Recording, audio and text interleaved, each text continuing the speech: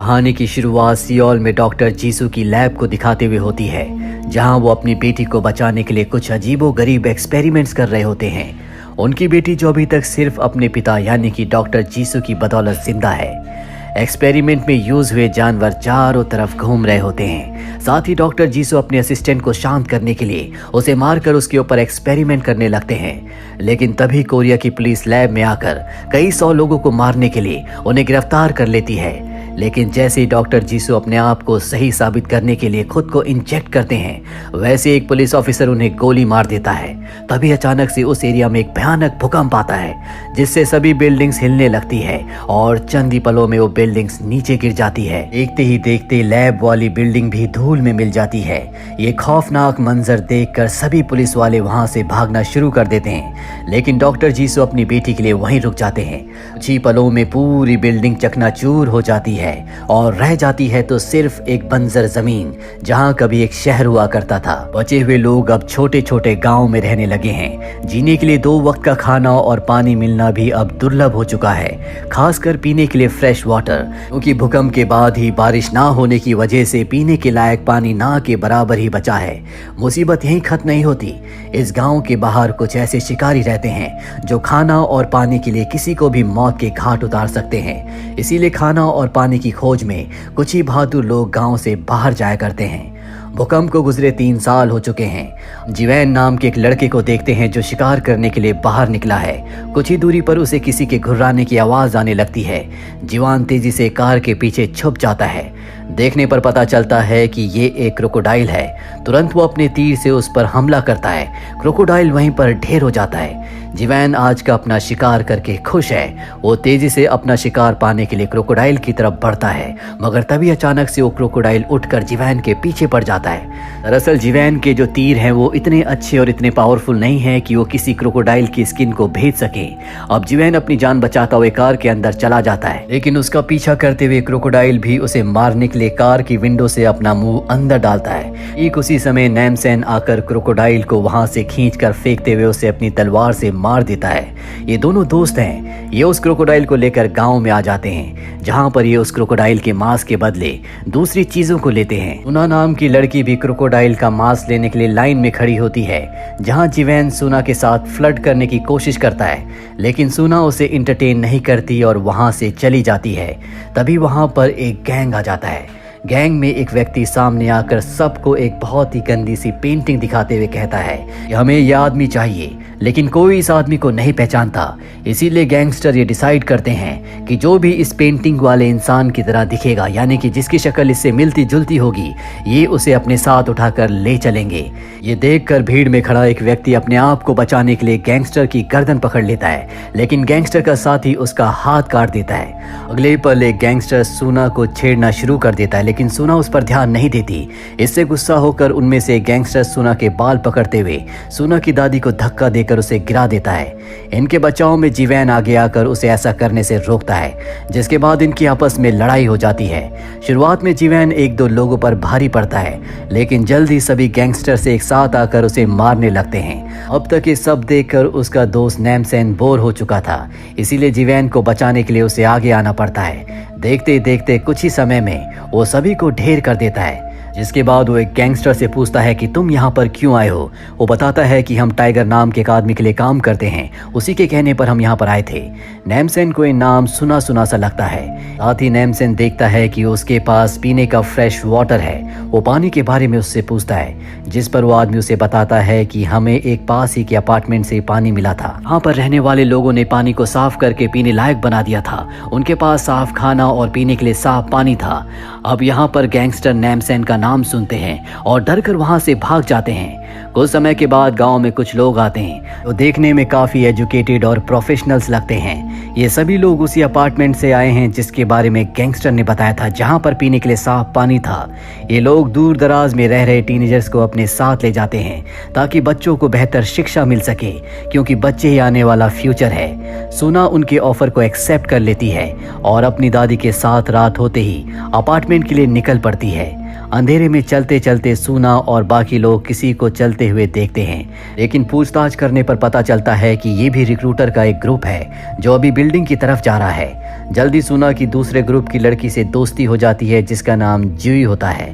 काफ़ी देर पैदल चलने की वजह से दादी की बॉडी जवाब दे जाती है, जिसकी वजह से वहीं पर गिर पड़ती है। अब वो आगे नहीं चल सकती। सेम हालत एक दूसरे लड़के के पिता की भी हो जाती है। ये सब देखकर रिक्रूटर कहते हैं कि हम आज रात के लिए तुम्हारी दादी और तुम्हारे पिताजी को रेस्ट करने के लिए यहीं पास में बने हमारे मेडिकल हाउस में छोड़ देते हैं, ताकि वो आराम करके कल वापस हमें ज्वाइन कर सके। कुछ ही मिनटों के बाद इस पूरे ग्रुप को वो कार मिल जाती है जो इन्हें ले जाने के लिए वेट कर रही थी। इसे देखकर सूना के मन में कंफ्यूजन आता है कि अगर ये कार इतनी नज़दीक थी तो मेरी दादी को और उस लड़के के पिता को पीछे क्यों छोड़ा गया। ये सुनकर सार्जन की उसे शांत कर देते हैं। वहीं दूसरी तरफ हमें सूना की दादी को और उस बूढ़े आदमी को दिखाया जाता है, जिन दोनों को दो ऑफिसर उस जगह ले जाते हैं जहां पर भूकंप की वजह से गहरी खाई बन गई थी। भी एक ऑफिसर उस आदमी को नीचे खाई में फेंक देता है और दूसरा ऑफिसर सूना की दादी को स्टैब कर देता है। ये सब जीवैन और नैमसेन देख लेते हैं, जो अभी शिकार करने के लिए बाहर निकले थे। दोनों ऑफिसर उनकी आवाज़ सुन लेते हैं और गोलियां चलाते हैं और नैमसेन तेजी से दोनों ऑफिसर्स के ऊपर हमला करके उन्हें नीचे गिरा देता है। पर तभी नैमसेन देखता है कि पूरी तरह से मारने के बाद भी ये दोनों ऑफिसर उठकर उस पर हमला कर देते हैं। जीवैन एक ऑफिसर का ध्यान अपनी तरफ डाइवर्ट करके उसका फेस सीमेंट पर मारता है, लेकिन ये मरने का नाम ही नहीं लेते। अब जीवैन बड़ी चालाकी से उनमें से एक ऑफिसर को अपने पीछे लगाकर अपने द्वारा बिछाए गए जानवरों के जाल में फंसा देता है, लेकिन वो खुद को फ्री करके एक बार फिर से जीवैन का पीछा करता है। मगर जैसे वो उसे मारने वाला होता है, भी इन्हो नाम की लेडी आकर उसका गला काटकर जीवैन को बचा लेती है। दूसरी तरफ हम नैमसेन को देखते हैं, जिस पर दूसरा ऑफिसर हमला कर देता है, पर यहाँ पर इन्हो आकर चाकू फेंक कर उसका ध्यान भटकाती है और इसी मौके का फायदा उठाकर नैमसेन उस चाकू से उसे मार देता है। इसके बाद जीवैन और नैमसेन सूना की दादी को दफना देते हैं। अब इन्हो इन्हें बताती है कि मैं पहले एयरफोर्स में एक सोल्जर थी और अब मैं उसी अपार्टमेंट में उसी बिल्डिंग में जा रही हूँ ताकि मैं वहां पर रहने वाले लोगों को बचा सकूं। दरअसल भूकंप के बाद हम सर्वाइवर्स की खोज में एक जगह पहुंचे जहां पर हमने एक बिल्डिंग को देखा जो पूरी तरह से सही सलामत थी। हमने वहीं पर रहने वाले लोगों के साथ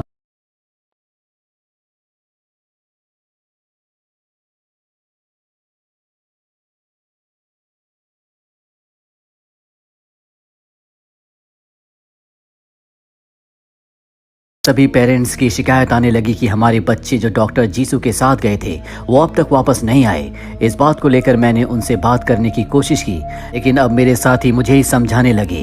अपनी बात को प्रूव करने के लिए उन्होंने तुरंत ही एक सोल्जर को शूट कर दिया, लेकिन शूट करने के बाद भी वो सोल्जर दोबारा खड़ा हो गया। तभी डॉक्टर जीसू ने मुझसे कहा कि मेरा एक्सपेरिमेंट ही इंसानियत के लिए आखिरी उम्मीद है। ये सब सुनकर मुझे बहुत गुस्सा आया और मैंने डॉक्टर पर हमला कर दिया, लेकिन तभी पास में खड़े मेरे साथियों ने मेरे ऊपर हमला कर दिया। मुझे अपनी जान बचाकर खिड़की से कूदकर भागना पड़ा। ये सब सुनकर जीवैन और नैमसेन भी इन्हो की मदद करने के लिए राजी हो जाते हैं, क्योंकि ये लोग भी सूना को बचाना चाहते हैं जो कि इस वक्त उन्हीं के साथ है। लेकिन इसके लिए इन्हें एक अच्छे प्लान की जरूरत है ताकि ये सब सिक्योरिटी को इजीली पास कर सके। पास ही में एक टूटी फूटी बिल्डिंग में वो गैंग्स आपस में अपने मनोरंजन के लिए आम लोगों को उनके परिवार की जान के बदले आपस में तब तक लड़ने को कहते हैं जब तक उनमें से एक की मौत ना हो जाए। एक के बाद एक लड़ाई में कत्लेआम मचने के बाद गैंग लीडर टाइगर दूसरी गैंग के लीडर से पूछता है, क्या तुम्हारे पास अभी भी दांव पर लगाने के लिए कुछ बचा है? इस बात को सुनने के बाद दूसरा गैंग पूरी तरह से भड़क जाता है। दोनों गैंग्स के बीच में गैंग वॉर हो जाती है। दोनों गैंग के लोग बिना कुछ सोचे समझे एक दूसरे को मारने लगते हैं, लेकिन उनमें से कोई भी टाइगर को हाथ तक नहीं लगा पाता, जो कि अब तक कई लोगों को मौत के घाट उतार चुका है। एक एक करके लगभग सारे लोग मारे जाते हैं, बस कुछ ही लोग जिंदा बचते हैं। अभी नैमसेन अपने साथियों के साथ वहां आकर टाइगर से मदद मांगता है। यहाँ हमें पता चलता है कि टाइगर और नैमसेन दोनों एक दूसरे के बॉक्सिंग राइवल थे, लेकिन एक मैच के दौरान नैमसेन ने टाइगर को इतनी बुरी तरह से मारा कि उसे बॉक्सिंग छोड़नी पड़ी। भी से टाइगर इस बात का बदला लेना चाहता है और आज जाकर उसे मौका मिला है। दोनों गैंग आपस में मिलकर टीम बना लेते हैं और इन तीनों के ऊपर हमला कर देते हैं, लेकिन ये सभी क्रिमिनल्स नैमसेन और इन्हो की ट्रेनिंग के सामने बहुत ज्यादा देर तक टिक नहीं पाते। जीवैन भी उनका काफी बहादुरी से सामना करते हुए सभी पकड़े हुए सिविलियंस को छुड़ा देता है। लेकिन जैसे ही नैमसेन टाइगर को कुछ ही पंचेस में ढेर करता है, वैसे ही गैंग के सभी लोग डर के मारे वहां से भाग खड़े होते हैं। मगर ये तीनों कुछ क्रिमिनल्स को पकड़ लेते हैं ताकि इनसे पूछताछ कर सके। नैमसेन सभी क्रिमिनल से साफ पानी के बारे में पूछता है। इस पर टाइगर उसे बताता है कि मैं ही हूँ जो साफ पानी और खाने के बदले सिविलियंस और बच्चों को उस बिल्डिंग में, उस अपार्टमेंट में काम करने के लिए भेजा करता है। लेकिन हम लोगों को बस डिलीवरी के समय ही उस बिल्डिंग के अंदर जाने दिया जाता है। इसीलिए नैमसेन को अब इन सब बातों में ध्यान रखते हुए अपने प्लान को बनाना होगा। दूसरी तरफ सूना वाला ग्रुप अपार्टमेंट बिल्डिंग के यहाँ पहुंच जाता है। सूना पूरी बिल्डिंग को देखकर दंग रह जाती है, क्योंकि यहाँ बिजली के लिए सोलर पैनल, खाने के लिए गार्डन में सब्जियां और इनका ध्यान रखने के लिए चारों तरफ गार्ड्स मौजूद थे। इनके आने पर वहां रहने वाले सभी लोग इनका स्वागत करते हुए बिल्डिंग गेट की तरफ जाते हैं। तभी डॉक्टर जीसू बाहर आकर खुद को बिल्डिंग का लीडर कहकर इंट्रोड्यूस करते हुए सबको पीने के लिए साफ पानी देते हैं। इन्होंने आज कई सालों के बाद साफ पानी देखा है। सूना इस पानी को अपनी दादी के लिए बचाना चाहती है, इसीलिए पानी नहीं पीती। जल्दी सभी बच्चों को उनका नया कमरा मिलता है, जहां सभी चीजों की सप्लाई देखकर सूना शॉक्ड रह जाती है। साफ कपड़े, पीने के लिए साफ पानी, सब कुछ यहाँ मौजूद था। ये सब देखने के बाद सूना अपने टीचर से अपनी दादी के बारे में पूछती है, जिसका जवाब देते हुए टीचर बताता है कि हमारे लोग उन्हें लेने के लिए गए हैं, जल्दी वो तुम्हारी दादी को यहाँ पर ले आएंगे। अब डॉक्टर जीसू अनाउंस करते हुए सबको बताता है कि जिन भी बच्चों के अच्छे ग्रेड्स आएंगे, उनमें से टॉप 4 बच्चों को उनकी फैमिली के साथ 8th फ्लोर पर सबसे अच्छे कमरे मिलेंगे, खाने का फ्री पास मिलेगा और किसी तरह का कोई काम उन्हें नहीं करना पड़ेगा। ये सुनकर सभी बच्चे और उनके परिवार वाले खुश हो जाते हैं। लेकिन टीचर से बात करने पर पेरेंट्स को पता चलता है कि अभी सिर्फ बच्चे ही 8th फ्लोर पर रहेंगे। बाकी पेरेंट्स को बेसमेंट में रहते हुए बच्चों के लिए पानी को साफ करके बॉटल में पैक करना होगा। नीचे बेसमेंट में रहने वाले पेरेंट्स को कई घंटों तक काम करना पड़ता है। इसके ऊपर उन्हें बच्चों से मिलने की परमिशन भी नहीं होती।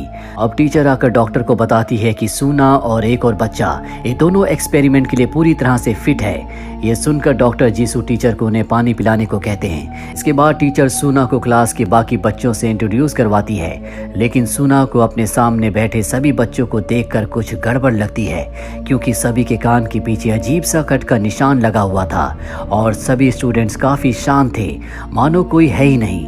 धीरे धीरे सूना का शक बढ़ने लगता है। टीचर उन्हें पढ़ाते हुए बताते हैं कि ह्यूमन की बॉडी कितनी कमजोर है, जिसे जीने के लिए हर समय इवॉल्व करना होगा, इसीलिए हमें पानी के बिना ही जीना सीखना होगा। जल्द ये क्लास एक प्रोपोगेंडा प्रोग्राम में बदल जाती है, जहां हर समय सभी बच्चों को बताया जाता है कि कैसे डॉक्टर जीसू इंसानियत के लिए लड़ रहे हैं और कैसे वही एकमात्र हमारे सर्वाइवर है जो हमें मुसीबतों से बचा सकते हैं। क्लास खत्म होते ही जल्दी सभी बच्चों को पीने के लिए पानी दिया जाता है और टीचर इंसिस्ट करती है कि ये पानी पीना जरूरी है। सूना को टीचर पर शक होता है, इसीलिए वो पानी नहीं पीती। जल्दी जीसू क्लास में आकर सभी बच्चों को लेक्चर देते हुए सूना की एक फ्रेंड को अपने हेल्पर के रूप में चुनते हैं। सूना के द्वारा अपनी दादी के बारे में पूछने पर उसे यह कहकर शांत कर दिया जाता है कि उनकी तबीयत बहुत ज्यादा खराब है, उन्हें मेडिकल इमरजेंसी में रखा गया है। अपनी बात खत्म करने के बाद जीसू उसे पानी पीने के लिए कहता है, लेकिन उसे कहीं न कहीं पानी पर शक है कि इसमें कोई न कोई गड़बड़ है। इसीलिए सूना बस ऐसे प्रिटेंड करती है जैसे उसने पानी पी लिया, पर असल में उसने पानी नहीं पिया होता। अब जीसू अपने लेटेस्ट सीरम को अपने साथी के ऊपर ट्राई करना शुरू कर देता है। के जीसू को आइडिया देते हुए कहता है कि हम सभी को एक सीरम इंजेक्शन इमरजेंसी के लिए हमेशा अपने साथ लेकर चलना चाहिए, लेकिन जीसू उसकी बातों को टाल देता है। के जाने के बाद हमें पता चलता है कि जीसू अभी भी छुपकर अपनी बेटी की हीलिंग के ऊपर एक्सपेरिमेंट कर रहा है। वहीं सूना छुपते छुपाते डॉक्टर जीसू की लैब में पहुंचकर उसके नोट्स को चेक करती है, जहां उसे पता चलता है कि डॉक्टर जीसू रेप्टाइल में पाई जाने वाली रीजनरेटिव एबिलिटीज की वजह से उन पर काफी लंबे समय से एक्सपेरिमेंट्स कर रहा है। जीसू ने अपने शुरुआती टेस्ट छोटे बच्चों पर किए थे, लेकिन उनमें से एक भी जिंदा नहीं बच पाया। इसके बाद सूना एक दरवाजा खोलकर अपने सामने टेबल पर लेटी हुई अपनी फ्रेंड को देखती है, जिसे जीसू ने अपना हेल्पर बनाया था। उसके कान के कट के चलते वो मशीनों से कनेक्ट होती है। अब जीसू लैब की तरफ आ रहा होता है, इसीलिए सूना जल्दी से छुप जाती है। जिसके बाद सूना की दोस्त, जिसे जीसू ने अपना हेल्पर बनाया था, उसके पेरेंट्स भी वहां पर आ जाते हैं, जो अपनी बेटी की ऐसी हालत देखकर बहुत ज्यादा परेशान हो जाते हैं। वो कहते कि हमारी बेटी को आजाद कर दो। डॉक्टर जीसू ने समझाने की कोशिश करता है कि मैं इसी की भलाई के लिए सब कुछ कर रहा हूँ, लेकिन उस लड़की के पेरेंट्स नहीं मानते और अपनी बेटी की बॉडी से वायर्स को हटाना शुरू कर देते हैं, जिससे वो मशीन से डिस्कनेक्ट होना शुरू हो जाती है। उसकी हालत बहुत ज्यादा खराब हो जाती है। जाती है और तड़प तड़प कर उसकी मृत्यु हो जाती है। ये देखकर डॉक्टर जीसू को बहुत गुस्सा आता है। वो उसके पिता को मार देता है और जब उस लड़की की मॉम भाग रही होती है तो डॉक्टर का साथी के पीछे से उन्हें गोली मार देता है। और अब ये सुना को भी देख लेते हैं, जिसके बाद ये सुना को सबके सामने लाते हैं और उसे अपने अगले सब्जेक्ट के तौर पर मशीनों से कनेक्ट करना शुरू कर देते हैं। यहाँ पर जीसू सबको बताते हैं कि हमारे यहाँ का पानी पीने की वजह से जितने भी टीनेजर्स हैं उनके पिट्यूटरी ग्लैंड में एक ऐसा फ्लूइड रिलीज होता है जो हमारे लिए सीरम का काम करती है। और अब वो मशीन्स को एक्टिवेट करते हैं जिससे सुना को बहुत ज्यादा दर्द होता है। वहीं हमें दूसरी तरफ नैमसेन को दिखाया जाता है जो टाइगर के साथ उसके ट्रक में अपने साथियों के साथ यहाँ तक पहुंच चुका है। टाइगर कहता है कि मैं बच्चों की डिलीवरी लाया हूँ, लेकिन आज डिलीवरी का वक्त नहीं होता, इसलिए गार्ड को इन पर शक होता है। वो ट्रक को चेक करने लगता है। ये अपने ट्रक को वहां से निकाल कर आगे क्रैश कर देते हैं, जिसके बाद यहाँ पर बहुत सारे सोल्जर्स आ जाते हैं। ये अपने हथियारों से उनके ऊपर हमला करते हैं। यहाँ पर नैमसेन, जीवैन और ईहो ये सब के सब गैंगस्टर से लड़ रहे होते हैं, जबकि टाइगर एक जगह छुप जाता है। अब ईहो देखती है कि उसके बहुत सारे पुराने साथियों को यहाँ पर कैद किया गया है। वो उन सबको आजाद कर देती है, लेकिन अब ये इंसान नहीं रहे। इनके ऊपर एक्सपेरिमेंट करने के बाद ये पूरी तरह से बदल चुके हैं। ये ज़ॉम्बीज की तरह है, इसीलिए ये इन्हो के ऊपर हमला कर देते हैं। नैमसेन और जीवान भी यहाँ पर आकर इन्हो की मदद करते हैं, जिसके बाद ये सभी ज़ॉम्बीज को मार देते हैं। और अब डॉक्टर जीसू को पता चल चुका है कि ये तीनों अंदर आ चुके हैं, क्योंकि वो इन्हें कैमरा से देख रहा होता है। इसीलिए स्पीकर से वो इन तीनों को धमकी देता है कि तुम यहाँ से चले जाओ, मैं तुम्हारी जान बख्श दूंगा।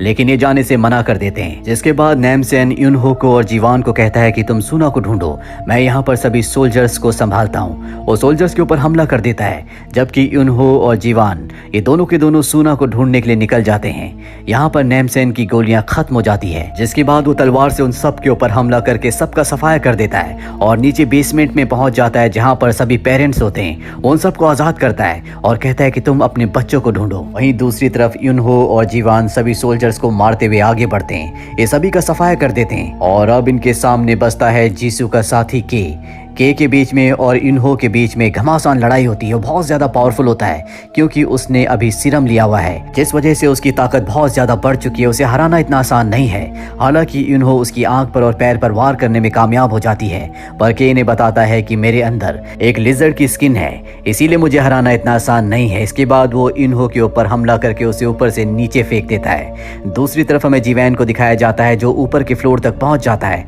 जहां पर क्लासरूम है। वो गार्ड को मारकर टीचर को हॉस्टेज बनाता है और सभी बच्चों को वहां से भागने के लिए कहता है, लेकिन वो ये देखकर सरप्राइज होता है कि एक भी बच्चा वहां से नहीं हिलता। जिसके बाद जीवैन टीचर से लैब का रास्ता पूछता है और अब वो वहां से निकलकर लैब की तरफ जा रहा होता है। तभी उसके सामने के आ जाता है जो उसे आगे बढ़ने से रोकता है, लेकिन अब यहाँ पर नैमसेन भी पहुंच चुका है। वो जीवैन से कहता है कि तुम जाओ, इसे मैं संभालता हूँ। वहीं दूसरी तरफ हमें डॉक्टर जीसू को दिखाया जाता है जो सुना के शरीर के अंदर से सीरम निकालकर अपनी बॉडी में इंजेक्ट कर देता है, जिससे उसकी तबीयत खराब होने लगती है क्योंकि कभी सुना ने उस पानी को पिया ही नहीं था, जिससे उसकी बॉडी में, उसके ग्लैंड्स में वो ताकतवर सीरम बनता।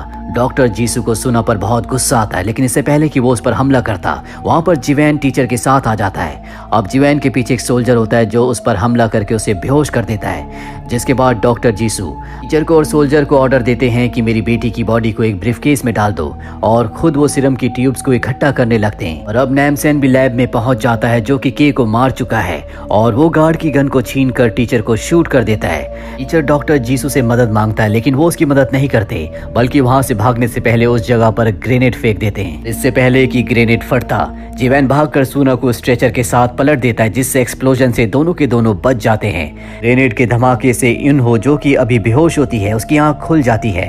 दरअसल वो अब भी जिंदा है। वहीं डॉक्टर जीसू जब यहाँ से भाग रहा होता है तो सभी पेरेंट्स और बच्चे उसे देख लेते, उसे चारों तरफ से घेर लेते हैं और उसे मारने लगते हैं, पर अगले पल उसका चेहरा बदलना शुरू हो जाता है, जिससे सब के सब डर जाते हैं। और अब डॉक्टर जीसू अपनी गन निकालकर पागलों की तरह चारों तरफ चलाना शुरू कर देता है, जिससे कई लोग मारे जाते हैं और गलती से कुछ गोलियां उस ब्रीफकेस में भी लग जाती है जिसके अंदर उसकी बेटी है। साथ ही अब सीरम की बॉटल्स भी टूट जाती हैं, जिससे उसकी बेटी की मृत्यु हो जाती है।